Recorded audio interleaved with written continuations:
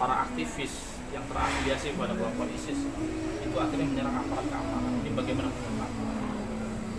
Jadi begini,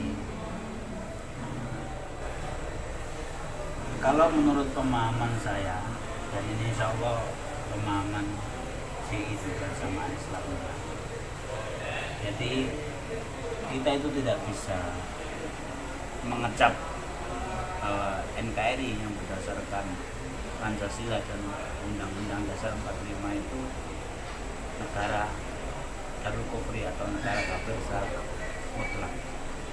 Karena yang jelas mayoritas rakyatnya Muslim, mayoritas yang duduk di pemerintahan juga Muslim. Ini yang tidak bisa dipungkiri. Dan ini saya kira juga semuanya mayoritas ulama di dunia ini, baik ulama jihadis atau ulama secara umum, itu sudah sepakat. Oleh karena itu kita yang dari Indonesia ini lumayan dihormati ketika kita berada di Pakistan dan Afghanistan, karena memang seperti itu. Nah, memang benar bahwa kami tetap menghukumi undang-undang yang bertentangan dengan undang-undang Allah, itulah yang benar. Itu. Tetapi kita tidak bisa pukul rata dengan adanya beberapa undang-undang atau peraturan togut, terus kita bisa masukkan bahwa berarti yang duduk di situ atau yang setuju terhadap itu adalah togut. Kalau seperti itu kita berarti tidak adil. Gitu. Jadi kembali lagi bahwa menurut yang kami pahami bahwa negara Indonesia bukan Darul Kufri. Karena faktanya bahwa mayoritas penduduknya adalah Muslim, mayoritas yang duduk di pemerintahan juga Muslim. Kemudian banyak sekali peraturan-peraturan atau syiar-syiar Islam kita mayoritas. Saya katakan mayoritas. Itu. Nah seperti ini, jadi kita tidak bisa. Itu. Adapun yang berpedoman pada bahwa karena tidak memperlakukan syariat Islam berarti Darul Kufri, itu menurut saya dasarnya adalah pokoknya. Ya, dasarnya adalah pokoknya. Dan alhamdulillah sampai sekarang itu tidak ada yang punya pemahaman seperti itu untuk ikhwan-ikhwan CI kami sendiri. Pertimbangan-pertimbangan itu juga lah yang menyebabkan bahwa hingga sekarang ini kita belum atau CI belum memobilisasi massa untuk melakukan jihad, dalam artian jihad ofensif di Indonesia untuk konfrontasi dengan pemerintah atau negara Kesatuan Republik Indonesia. Kemudian kalau melebar, ini juga menurut saya yang sikap diambil oleh Syekh Utsama bin Habib. Jadi saya tahu Pak Mukhlas itu membuat surat dan saya tahu bahwa sampai ke tangan Syekh Utsama. Surat itu yang isinya intinya bahwa jika kami nanti bertiga jadi dieksekusi, Al-Qaeda harus mengadakan pembalasan jihad di Indonesia yang sebesar-besarnya. Ketika saya mengetahui hal yang semacam itu, saya hanya bisa berdoa kepada Allah, ya Allah tunjukkan Utsama supaya tidak mengabulkan permintaan aku trio Bali ini. Kan seperti itu. Karena saya berpikir pada waktu itu kalau Amerika saja disembus, diruntuhkan WTC dan Pentagon, apalagi Indonesia. Sedangkan kita tahu bahwa Indonesia ini mayoritas masyarakatnya adalah Muslim. Ketika diserang misalkan seperti WTC, yang meninggal juga pasti mayoritas Muslim. Dan alhamdulillah ternyata benar bahwa meskipun mereka bertiga dieksekusi, tidak ada pembalasan apa-apa, bahkan kabar untuk membalas saja nggak ada. Itu. Bahkan malah dievaluasi, Ustaz. Nah, bahkan malah dievaluasi.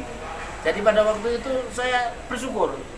Jadi istilahnya apa istilahnya, kesadaran saya yang saya tunjukkan sejak saya ditangkap, akhirnya dengan sendirinya terbantu oleh Amir Al-Qaeda. Al-Qaeda sendiri, benar. Iya. Nah seperti itu. Nah kemungkinan saya Usama juga memandang bahwa Indonesia ini masih lebih baik daripada negara-negara yang lain yang pernah diserang. Itu. Kalau apa? Kita kan juga tahu bahwa Al-Qaeda pernah menyerang di Arab kan itu. Betul. Nah, bahkan itu seperti itu. Jadi kemungkinan itulah yang ada pada pemikiran saya Usama bin Laden. Jadi begini pemirsa, ada klarifikasi memang betul apa yang disampaikan oleh Ustadz Ali Imron. Jadi ternyata sejak 2009, 2010 dan 2011 itu terdapat surat-surat yang diberikan kepada Amir Al-Qaeda wilayah Khorasan, yaitu Syekh Atiyatullah Alibi, dan juga kepada para amir di seluruh dunia. Intinya pertama, mengevaluasi semua operasi-operasi militer di negara-negara seperti Indonesia, Malaysia, dan negara Arab gitu. Dia dengan membawa sebuah kaidah Darul Mafasid Muqaddamun ala Jabil Masolih. Jadi menghindari kerusakan itu harus didahulukan daripada mengambil manfaat. Ketika para ikhwan ingin mengambil maslahat dalam jihadnya tetapi menimbulkan mudarat, jatuhnya korban di kalangan kaum muslimin, maka ini harus dihindarkan. Bahkan kata Syekh Usama kepada Syekh Atiyatullah, dia mengatakan kita tidak saja bertanggung jawab terhadap darah yang tertumpah daripada kaum muslimin, tapi kita juga menanggung taswiyah, penciptaan dan tasawur gambaran Islam yang buruk. Inilah yang kemudian dia juga memerintahkan kepada Abu Yahya Alibi, kemudian memerintahkan kepada Syekh Atiyatullah Alibi, para ulama-ulama Al-Qaeda untuk membuat buku-buku bantahan terhadap para takfiri.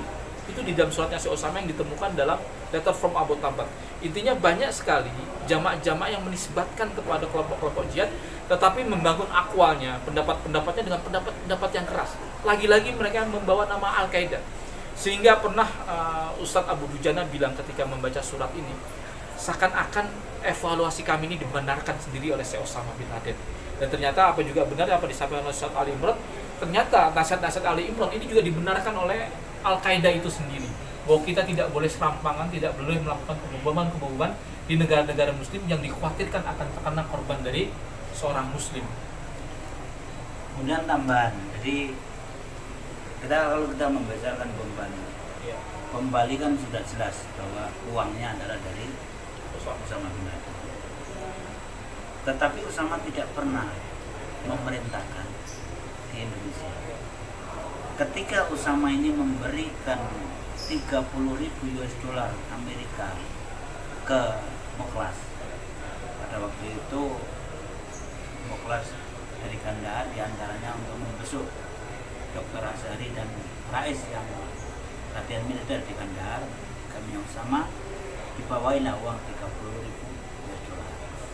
Yang pesannya adalah bahwa uang ini untuk amaliyat jihad di Asia Tenggara. Jadi Usama tidak pernah menyebut di Indonesia ataupun di Bali.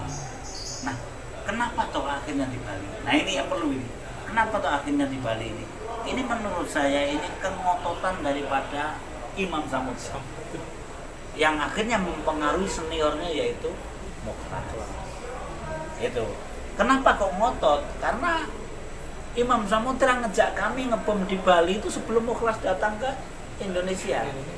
Kemudian yang kedua alasannya, jadi begini, mungkin ini belum pernah saya sampaikan di media, belum pernah. Jadi sebetulnya sebelum saya diajak ke Solo untuk merencanakan pembagian tugas pengeboman di Bali, itu sebetulnya kami bersama Fatkhur Rahman Al-Ghazi itu merencanakan pengeboman di Singapura. Pada waktu itu Fatkhur Rahman Al-Ghazi, namanya di Afghanistan, saat masuk dulu ke Filipina untuk belanja high explosive. Yang kami rencanakan adalah PETN atau Pattern sekelas RCX. Belanja di sana, nanti dibawa masuk ke Manado, Sange Manado, dari Manado kita bawa ke Batam. Baru kita rencanakan pengeboman di Singapura. Waktu itu sudah kita rencanakan secara global bahwa kalau membawa ke darat kemungkinan tipis bisa. Tetapi yang penting di negara Singapura. itu minimal di pelabuhan. Kalau satu kapal meledak kan lumayan kan. Jadi itu. Nah, tiba-tiba ada perencanaan ini. Bali ini. Iya. Jadi Akhirnya, Batam Singapura gagal, malah dilarikan ke Bali ini ceritanya. jadi begini, hingga sekarang ini saya tidak tahu ini konsletnya di mana. Yang jelas menurut saya kayaknya ada kekecewaan dari saat atau Fathur Rahman Al-Ghazi. Kan akhirnya kan dia ketangkap di sana karena digunakan di sana. Jadi sebetulnya bom ini mau dibawa ke Singapura. masuk ke Indonesia dulu, ke Batam baru. Nah seperti itu. Nah kan seperti itu. Nah itu yang terjadi, bahwa sekali lagi bahwa kalau kita bersandar jihadis itu bersandar kepada Al-Qaeda, kalau seperti Al-Qaeda berarti bersandar kepada Osama bin Laden. Osama bin Laden itu bukan, kalau di Indonesia bukan JKKI, bukan Jamaah Kopar Kafir Indonesia. Bukan. Ini yang perlu diketahui oleh semuanya. Kemudian kita kembali lagi bahwa kami yang memiliki kemampuan, kami yang pernah mencoba untuk latihan ikut jihad di Iran. Sebelum ke Afghanistan itu kami pernah mencoba di sana. Di Iran, ya? GI ya, ternyata Iran Syah. Karena kita pada waktu itu kan merasa bagaimana revolusi Iran. Ternyata sampai di sana beda akhirnya tahun 79 terbukanya jihad di Afghanistan akhirnya pas. Meskipun kita beda mazhab secara fikih, tetapi untuk masalah jihad dan akidah sama. Akhirnya kita menemukan sampai kita seperti itu. Mulai gabung dengan Akmil, Akademi Militer Mujahidin Afghanistan itu tahun 84 sampai 96 akhirnya camp itu saya tutup. Ya. Itu kan 12 tahun. Ini dalam rangka menyelamatkan akidah, dalam rangka melaksanakan syariat Islam, terutama syariat jihad. Orang-orang yang seperti ini bukan takfiri. Jadi kalau kita sekarang ini misalkan ada orang JI ditangkap, itu baik sama polisi, itu bukan melempem. Memang akidah kami seperti itu, kan gitu. Kita itu suruh menghormati semuanya, kan gitu. Makanya kan ketika Umar Patek masih DPO, saya sudah ditangkap. Umar Patek masih DPO, ditangkap di Pakistan, kemudian ketemu pertama kali itu yang saya tanyakan, apakah kamu mengajarkan ilmu-ilmu yang kita miliki, terutama cara-cara pembunuhan itu kepada orang takfiri? Alhamdulillah dia jawab tidak. Tadi Umar Patek itu sudah betul-betul membentengi jangan sampai mengajarkan ilmu yang seperti itu ke para takfiri karena bahaya. Itu ketikanya tadi misalkan ketika punya akidah, ya akidah misalkan bahwa orang itu kafir, konsekuensinya harus diteror, dibunuh, halalkan darahnya. Paling tidak itu diteror. itu puncaknya adalah dihalalkan darahnya. Nah, kita tidak punya pemahaman